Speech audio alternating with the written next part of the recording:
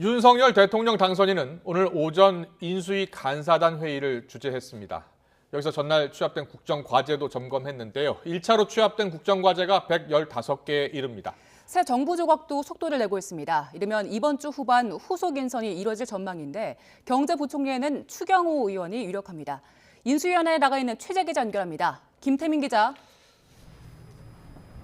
네, 서울 삼청동 인수위원회입니다. 네, 윤석열 당선인이 오늘 아침에 이제 인수위 회의를 주재했는데요. 오늘 일정 자세히 전해주시죠. 네, 윤석열 대통령 당선인은 오늘 오전 세 번째 인수위원회 간사단 회의를 주재했습니다. 이 자리에서 취합된 국정과제를 점검하고 선별하는 작업을 진행했는데요. 윤 당선인은 이런 당부의 말을 전했습니다. 들어보겠습니다. 우선 추진해야 할 과제들에 대한 선별 작업을 진행할 텐데, 제가 선거 과정에서 국민께 약속드린 공약이 국정과제에 제대로 반영되어 있는지 다시 한번 점검해 주시길 부탁드립니다. 윤 당선인은 그러면서 선거 과정에서 제시된 공약은 나름의 심층 검토가 이뤄진 내용이라며 관련 자료를 잘 검토해달라고 당부했습니다. 또 국민이 당장 시급하게 생각하는 문제와 대내외 환경 변화에 따라 예상되는 수요를 잘 파악해서 늘 국가와 국민 전체를 보고 일해달라고 강조했습니다. 인수위 측은 현재 취합된 국정과제가 모두 115개, 또 세부 실천 과제도 587개에 달한다며 이걸 보완하고 압축해서 우선순위를 가리는 후속 작업이 이뤄지고 있다고 설명했습니다. 또 여기에 더해서 민주당 등 다른 당의 대선 공약도 포함해 국정과제로 반영할지 검토하기로 했다고 설명했습니다. 새 정부 내각 인선에 대한 관심도 큽니다. 앞으로 경제안보 분야 인선이 이루어질 전망이죠?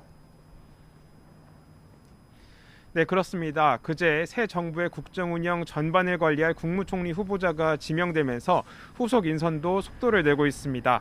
앞서 인수위 관계자는 윤석열 당선인이 지명 전부터 한덕수 총리 후보자와 장관 인선에 대해 심도 깊은 논의를 했다고 밝혔는데요.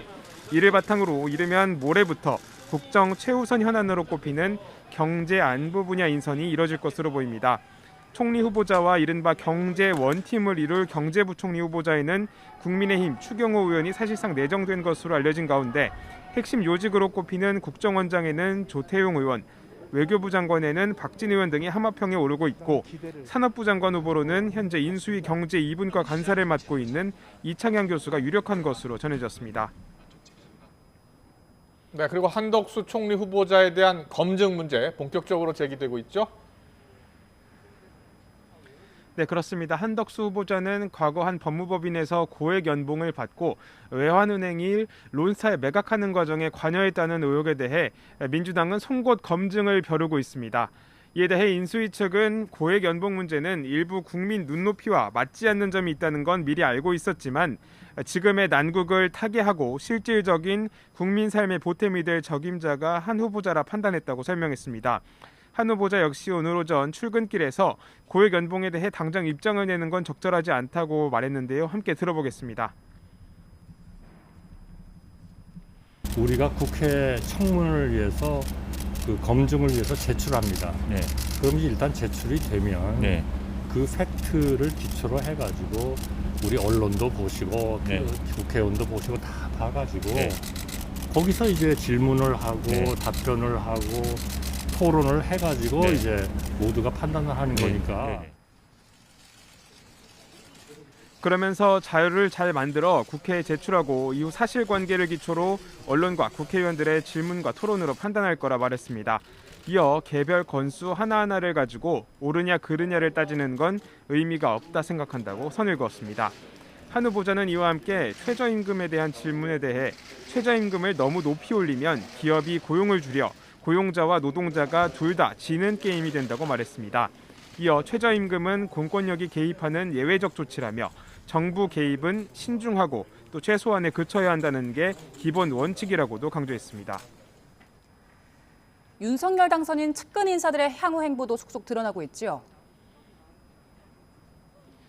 네, 그렇습니다. 윤석열 당선인의 최측근이자 핵심 관계자로 꼽히는 권성동 의원은 오늘 국민의힘 원내대표 도전을 선언했습니다.